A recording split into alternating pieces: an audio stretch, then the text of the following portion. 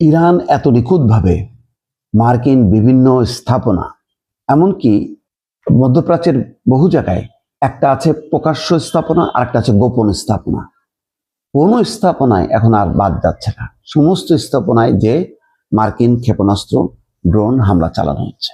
7 দিন পর, যুদ্ধের 7 দিন পর আমেরিকা টের পেয়েছে যে কোথায় কোথায় আমেরিকার স্থাপনা আছে, সেটা রাশিয়ার নখদর্পণে।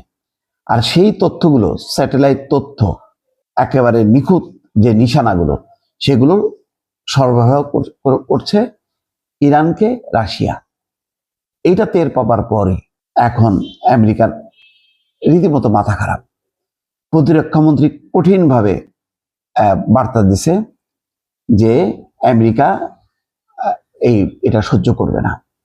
গোয়েন্দা তথ্য, ছবি, স্যাটেলাইট চিত্র সবকিছু সরবরাহ করার মধ্য দিয়ে রাশিয়া একদম পরিষ্কারভাবে ইরানকে দেখাচ্ছে যে কোথায় কোথায় আমেরিকার স্থাপনা আছে, এবং সেই স্থাপনা লক্ষ্য করে নিখুঁতভাবে হামলা চালাচ্ছে একের পর এক, যেটা ইতিমধ্যেই আমেরিকা স্বীকার করেছে যে আমেরিকার ইরানের যে ক্ষেপণাস্ত্র, সেগুলো ঠেকানো সম্ভব হচ্ছে না। কিছু কিছু ঠেকানো সম্ভব হচ্ছে, কিন্তু সবগুলো ঠেকানো সম্ভব হচ্ছে না, যার কারণে প্রচুর ক্ষয়ক্ষতির মুখে পড়েছে। ইতিমধ্যে তাদের 6 জন আনুষ্ঠানিকভাবে তারা স্বীকার করেছে যে 6 জন সৈন্য নিহত হয়েছে, সেনা নিহত হয়েছে, কিন্তু তার বাইরেও তাদের যেই অবকাঠামোগুলো, সেগুলো একদম গোড়ায় গেছে। খবর হচ্ছে এই যে রাশিয়া ইরানকে গোয়েন্দা সহায়তা দিচ্ছে এমন অভিযোগে কড়া বার্তা দিয়েছেন মার্কিন প্রতিরক্ষামন্ত্রী পিট হেগসেথ। সাম্প্রতিক গোয়েন্দা প্রতিবেদন এবং আন্তর্জাতিক সংবাদ মাধ্যমের খবরে বলা হয়, মধ্যপ্রাচ্যে চলমান উত্তেজনার মধ্যে রাশিয়া ইরানকে বিভিন্নভাবে সহায়তা দিচ্ছে, সহযোগিতা করছে। এতে মার্কিন সামরিক বাহিনীর অবস্থান, যুদ্ধজাহাজ এবং বিমানের গতিবিধির উপর নিখুঁতভাবে আঘাত হানতে সক্ষম হচ্ছে ইরান। রাশিয়ার এই পদক্ষেপের ফলে যুক্তরাষ্ট্রের সঙ্গে তাদের সম্পর্কের আরও অবনতি হবার আশঙ্কা দেখা দিয়েছে। এ নিয়ে যুক্তরাষ্ট্রের প্রতিরক্ষামন্ত্রী পিট হেগসেথ বলেছেন, যুক্তরাষ্ট্রের জনগণ নিশ্চিন্ত থাকতে পারেন, কে কার সঙ্গে কথা বলছে সেই বিষয়ে তাদের কমান্ডার ইন চিফ পুরোপুরি অবগত। প্রকাশ্যে বা গোপনে যাই ঘটুক না কেন, তার কড়া জবাব দেওয়া হচ্ছে। স্থানীয় সময় শুক্রবার সিবিএস নিউজ 60 মিনিটস অনুষ্ঠানে তিনি এই কথা বলেন। সাক্ষাৎকারে হেগসেথ বলেন, যুক্তরাষ্ট্র সবকিছুর উপর নজর রাখছে এবং যুদ্ধের পরিকল্পনায় সেগুলো অন্তর্ভুক্ত করছে। এর আগে শুক্রবার একজন ঊর্ধ্বতন মার্কিন কর্মকর্তা সহ একাধিক সূত্র সিবিএস নিউজকে জানায়, ইরানে চলমান মার্কিন এবং ইসরায়েলি যৌথ সামরিক অভিযানের সময় মধ্যপ্রাচ্যে মার্কিন অবস্থান সম্পর্কে রাশিয়া ইরানকে গোয়েন্দা তথ্য দিচ্ছে।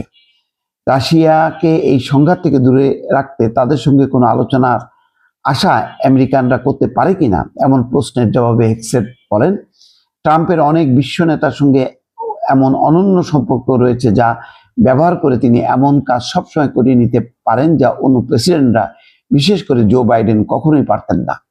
তিনি আরো বলেন, সরাসরি বা পরোক্ষভাবে ট্রাম্পের মাধ্যমে 1-to-1 অথবা তার ক্যাবিনেটের মাধ্যমে বার্তা নিশ্চিতভাবেই পৌঁছে দেওয়া যায়।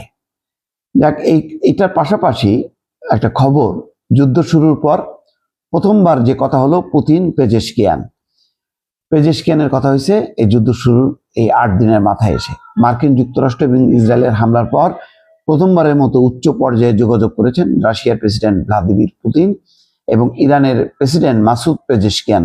দুই দেশের প্রেসিডেন্ট বিভিন্ন মাধ্যমে রাশিয়া এবং ইরানের মধ্যে যোগাযোগ অব্যাহত রাখার বিষয়ে একমত হয়েছেন বলে জানিয়েছে ক্রেমলিন। খবর রাশিয়ার বৃহত্তম রাষ্ট্রীয় মালিকানাধীন সংবাদ সংস্থা তাসের। ক্রেমলিনের প্রেস সার্ভিস জানায়, রাশিয়ার প্রেসিডেন্ট ভ্লাদিমির পুতিন এবং ইরানের প্রেসিডেন্ট মাসুদ পেজেশকিয়ানের মধ্যে টেলিফোনে কথোপকথনের সিদ্ধান্ত হয়েছে যে ইরানের সঙ্গে বিভিন্ন চ্যানেলের মাধ্যমে যোগাযোগ অব্যাহত রাখবে। ইরানে মার্কিন যুক্তরাষ্ট্র এবং ইসরায়েলের যৌথ হামলার পর এটাই রাশিয়া এবং ইরানের শীর্ষ পর্যায়ের যোগাযোগের প্রথম প্রকাশ্য ঘোষণা। তার মানে হচ্ছে এই যে ইরানের পাশে রাশিয়া যে আছে সেইটা বার্তাটা পরিষ্কার করা হলো, অর্থাৎ একটা ভারসাম্য যে ইসরায়েল এবং আমেরিকা মিলে ইরানকে তছনছ করে দেবে, আর রাশিয়া বা চীন এটা বসে বসে দেখবে সেটা হবে না। সেই কারণে রাশিয়াও এখন ইরানের পাশে এসে দাঁড়িয়েছে। বিষয়টা তারা আজ করতে পারছে আমেরিকা, সেই কারণে তারা বুঝতে পারছে যে শুধু ইরানের পক্ষে এই নিখুঁতভাবে মানে তাদের অবস্থান ঠিকানা যাচাই করে যে একেবারে সুনির্দিষ্ট লক্ষ্যে আক্রমণ করা, এটা সম্ভব না শুধু ইরানের পক্ষে। রাশিয়ার সহযোগিতা আছে বলেই এটা সম্ভব হচ্ছে। ফলে এটাও আমেরিকার জন্য একটা নতুন আতঙ্ক দর্শক।